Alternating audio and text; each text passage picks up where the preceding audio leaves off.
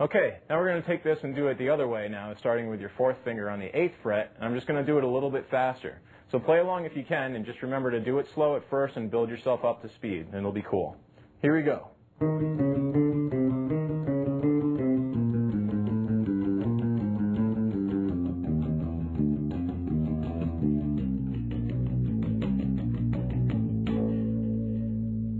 So I guess with this, remember the faster you practice, it just means you don't have to practice as long.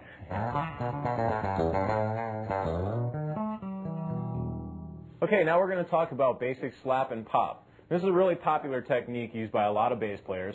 There's really two motions to it, and that's with your right hand. The first is a slap. And what we're going to do is deal with our E string right now just to get the technique down. All you're going to do is take your thumb and kind of relax your arm, and you're going to hit the string and get your thumb off really fast. Because if you hold your thumb down on the string, you'll mute it from playing. So it's just like this. That's a slap. It seems like an easy enough thing. It's just when you start switching it to other strings, now it gets more difficult.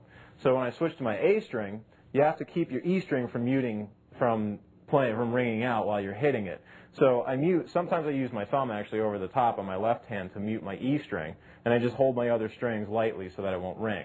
Because usually you are hitting more than one string when you slap. So this one's like this. So you can see how it's a little bit difficult to kind of get in between the strings with your thumb accurately, and that does take a little practice. And generally you're only going to be slapping on your E and A strings. For your D and G strings, you're going to be snapping the strings, which is basically taking your first finger and putting it underneath the strings like this and really pulling on it and letting it go. Like that. That's a slap. And snap, sorry. And